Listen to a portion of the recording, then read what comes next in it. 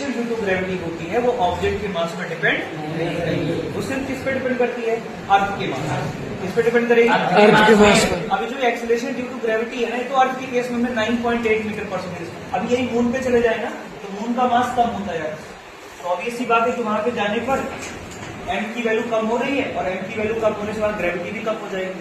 और जब ग्रेविटी कम हो, मैं आपको बता दूं, मून पे जाने पर अर्थ की ग्रेविटी के कंपेरिजन में वहां 1/6 हो जाता है।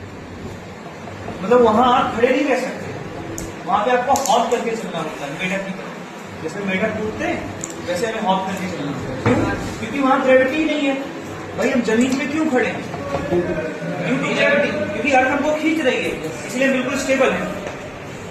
अरे बोलो भाई। Yes sir.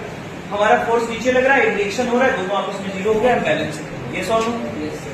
लेकिन अब सोचो कि अगर ये ग्रेविटी नहीं होती तो क्या होता, हम उड़ते हैं स्पेस में। जब एस्ट्रोनॉट्स जाते हैं ना तो उनको खाने पीने में बहुत दिक्कत आती है, इवन की उनको वॉशरूम करने में और जो है फ्रेश होने में भी बहुत प्रॉब्लम आती है। क्यों?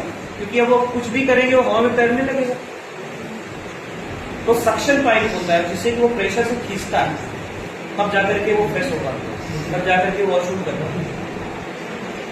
समझ रहे कितनी इंटरेस्टिंग है ग्रेविटी। और ग्रेविटी, ग्रेविटेशनल फोर्स हमारे नेचर का सबसे वीकेस्ट फोर्स है, और जो एक छोटे से मॉलिक्यूल के बीच में भी लग रहा है, हमारे आप के भी बीच में। अब इसके पीछे थोड़ी फिलॉसफी भी देख लेते हैं। कोई हमको बहुत अच्छा लगता है, किसी की तरफ हम अट्रैक्ट होते, किसी की तरफ अट्रैक्ट नहीं होते।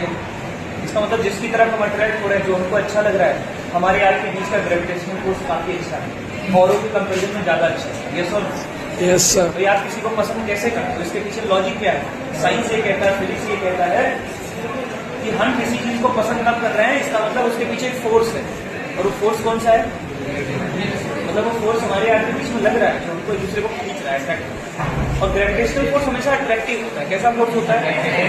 हमेशा